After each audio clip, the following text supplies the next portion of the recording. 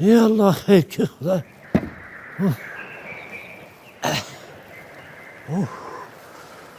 الله.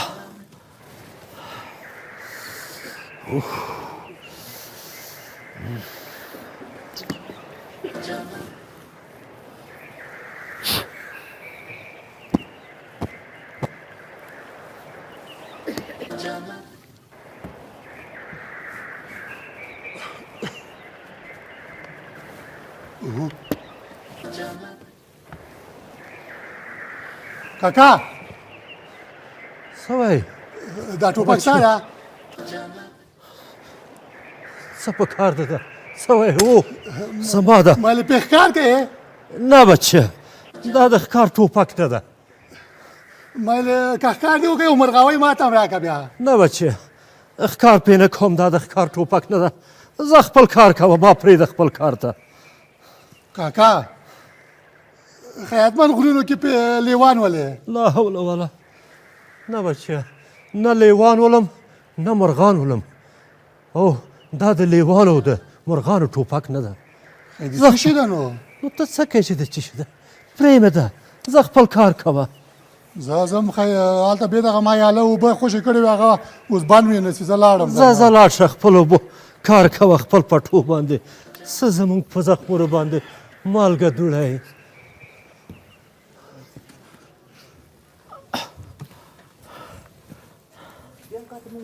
اوهو دا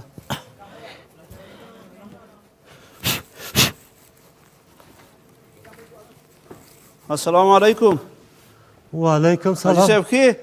ستړی مې په خیر قرار دې انشاءالله. ستړی مې صاحب. ماشاءالله. والله چې ښایسته ټوپک در سره ده مال. هو ماشاءالله پخوانی ښایسته ده لکه چې ډېر ها؟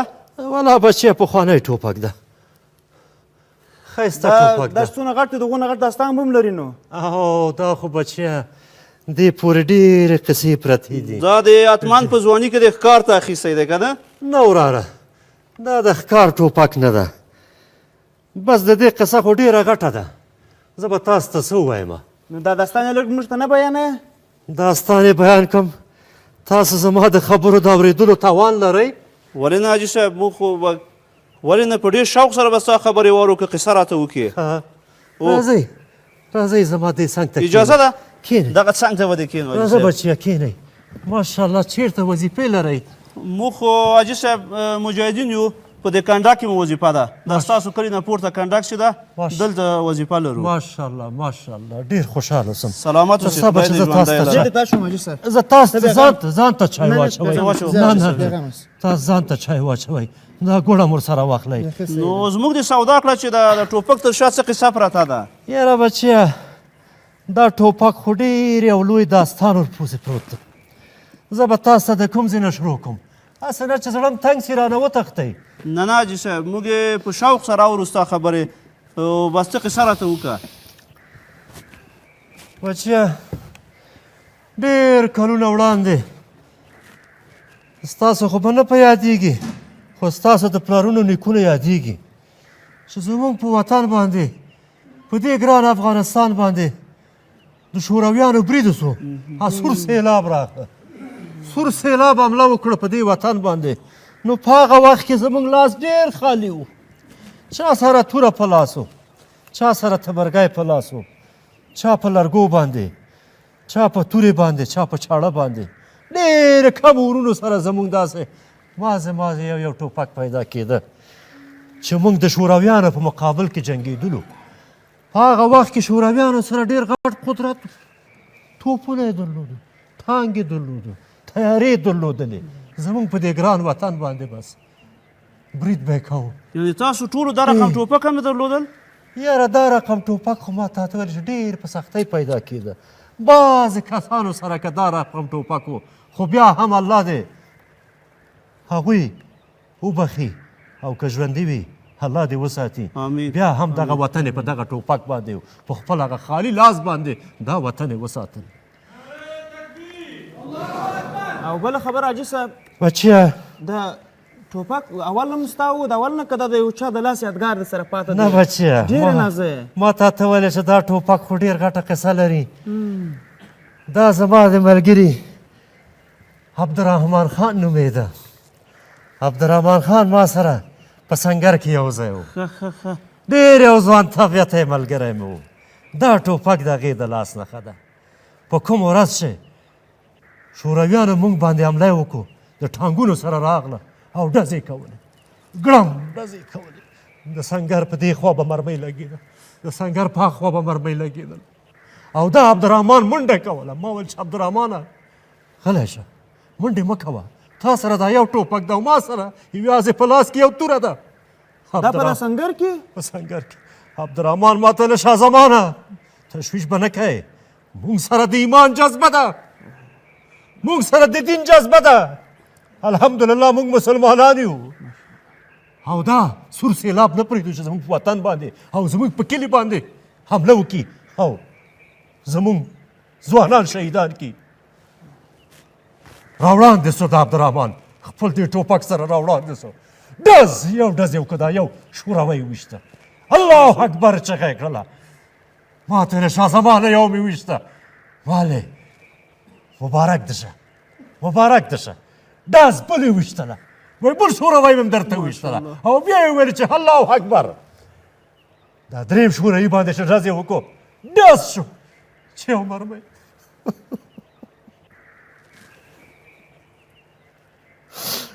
ناڅاپه یو مرمۍ د عبدالرحمن په دې سینه باندې ولګېده. ما عبدالرحمن ته لاس وړاندې کړ او د لاسه مې راکش کړ.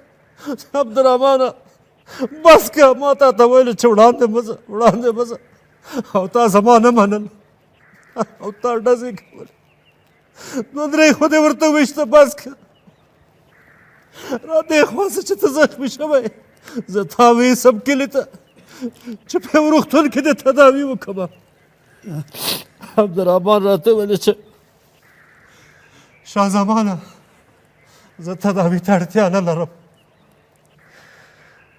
او زه چېرته نه ځم. که زه د دې دنیا نه سترګې پټوم ځم، خو ته به سنګر نه پرېږدې. دا یې راته ویل سنګر به نه پرېږدې. ما ویل عبدالرحمنه نور ورونه را سره دي، سنګر به وساتي خو زه به تا ته نجات درکړم. دې ویلې چې نه شاه زمانه دا ټوپک واخله خو سنګر مه پرېږده. دا لاس یې راوړاندې کړل په دې سرو وینو باندې، دا لاس یې په سرو وینو او وینې ته یې څڅېدلې. حاجي صاحب صبر کوه. او زما په دې سینه باندې لاس راتاو کړو. ما ته یې دا ټوپک مخ ته کوی شاه زمانه دا ټوپک ځان سره خوندي که او په دې ټوپک باندې سنګر وساته، ما پسې مه ګرځه. او د شا نه هم ډزې وې، د دې خوا نه هم ډزې وې، د مخ نه هم ډزې وې. دا چې عبدالرحمن ته ما کتلې، د عبدالرحمن دا سترګې نری نری ورغلې او په سلګو شو، په سلګو شو. ما غږ کړه عبدالرحمنه لږ صبر وکړه، ما ویازه مه پرېږده، زه ستا د سنګر ملګری یم، زه ستا هماغه شاه زمان یم. په ځان باندې د شهادت کلمې وویلې او ما په یې لاس راکش کړه او سترګې یې پټې شولې. نو دا د عبدالرحمن د لاس نښه ده چې په سنګر کې شهید سو. خو شورویانو ته یې وخت ور نه کړه چې زموږ په کلي باندې یرغل وکړي او زموږ ځوانان شهیدان کړي. عبدالرحمن ډېر غیرتي سړی و. عبدالرحمن زما د سنګر ملګری و. عبدالرحمن ډېر ځوان طبیعته و.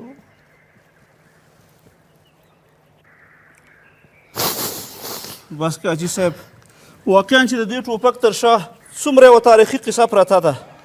دا زموږ د نیکونو تاریخ ده. تاسو زموږ اتلان یې حاجي صاحب، زموږ قهرمانان یې چې په خالي لاس راپورته شوي او د شوروي په مقابل کې مو د دې هېواد څخه محافظت وکړو. موږ هم ستاسو څخه الهام اخیستو باندې جهاد شروع کړ د امریکانو په وړاندې.